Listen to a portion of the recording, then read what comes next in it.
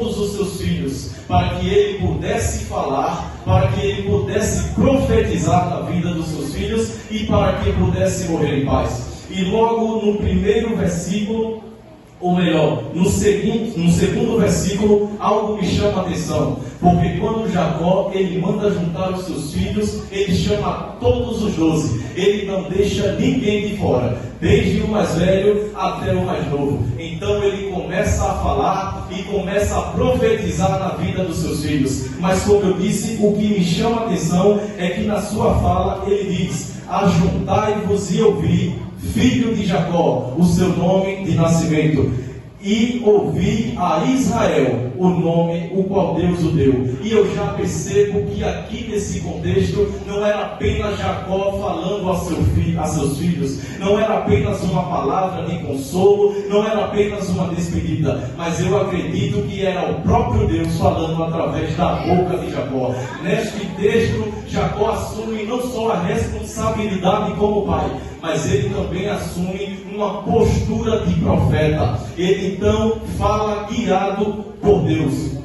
Então ele começa a falar na vida dos seus filhos, começando por Rúben, que era seu primogênito. Não necessariamente ele toma de forma organizada, ele começa no mais velho e vai falando a todos. Nesta noite poderíamos até falar sobre as suas falas para todos os seus filhos, mas o tema nos propõe que falemos de José. Então nesta noite nós vamos aprender com José, porque a vida de José, a trajetória de José tem muito a nos ensinar. Então nesta noite vamos nos render a falar de José.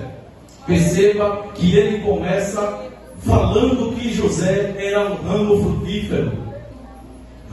frutífero junto à fonte. E eu entendo que quando ele fala isso, ele está se referindo, ele está falando de vida, ele está falando de fertilidade e ele está falando de bênçãos constantes e infindáveis na vida de José. No versículo 23, ele diz: os flecheiros lhe deram amargura, e o flecharam e o aborreceram. E eu entendo que nesta fala ele está se referindo a toda a perseguição, a toda a dificuldade e a toda a calúnia que foi levantada para a vida de José, a toda a perseguição que José enfrentou.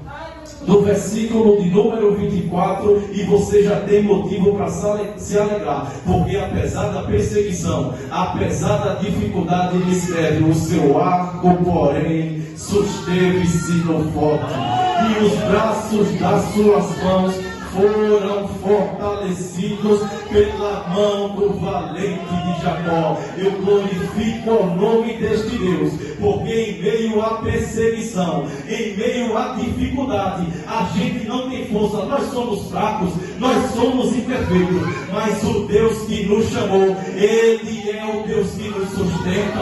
O Deus que nos chamou, Ele é o Deus que segura na nossa mão e diz: filho, você não está sozinho, quem te chamou fui eu, e eu não te abandono. Glória a Deus. Perceba que, apesar de se tratar de uma profecia, obviamente se trata de profecia, é algo futuro, é algo mais para frente. Mas também eu creio que a mocidade com certeza meditou nesse texto e conseguiu entender que, apesar de se tratar de uma profecia para o futuro, o passado tem total influência nas falas de Jacó. Perceba que o que ele fala também tem direção, também tem influência o que aconteceu na vida de seus filhos. Perceba que quando ele fala ao primeiro, ao primogênito, ele diz: Rúben, tu és o meu primogênito, minha força e o princípio do meu vigor, o mais excelente em alteza e o mais excelente em poder. Porém, não serás o mais excelente, porquanto subiste ao leito do teu pai, então o contaminaste. Perceba como tem total influência o passado de Rúben na profecia de seu pai Jacó. E E muitas vezes nós acabamos nos esquecendo desta verdade, que as nossas decisões são como frutas plantadas, que mais para frente darão frutos. Se você está aqui hoje, foi porque você plantou. Se você está aqui hoje, é consequência de uma decisão que você tomou. E que bom seria se em todos os momentos nós nos lembrássemos disso. Sabe por quê? Porque às vezes a gente acaba esquecendo. Por vezes a gente peca e não abandona o pecado. Por vezes a gente peca e não deixa, não larga, não confessa e nem para de pecar. Mas só que Deus, Ele consegue ver tudo. Você pode esconder o seu pecado da sua mãe, do seu pai.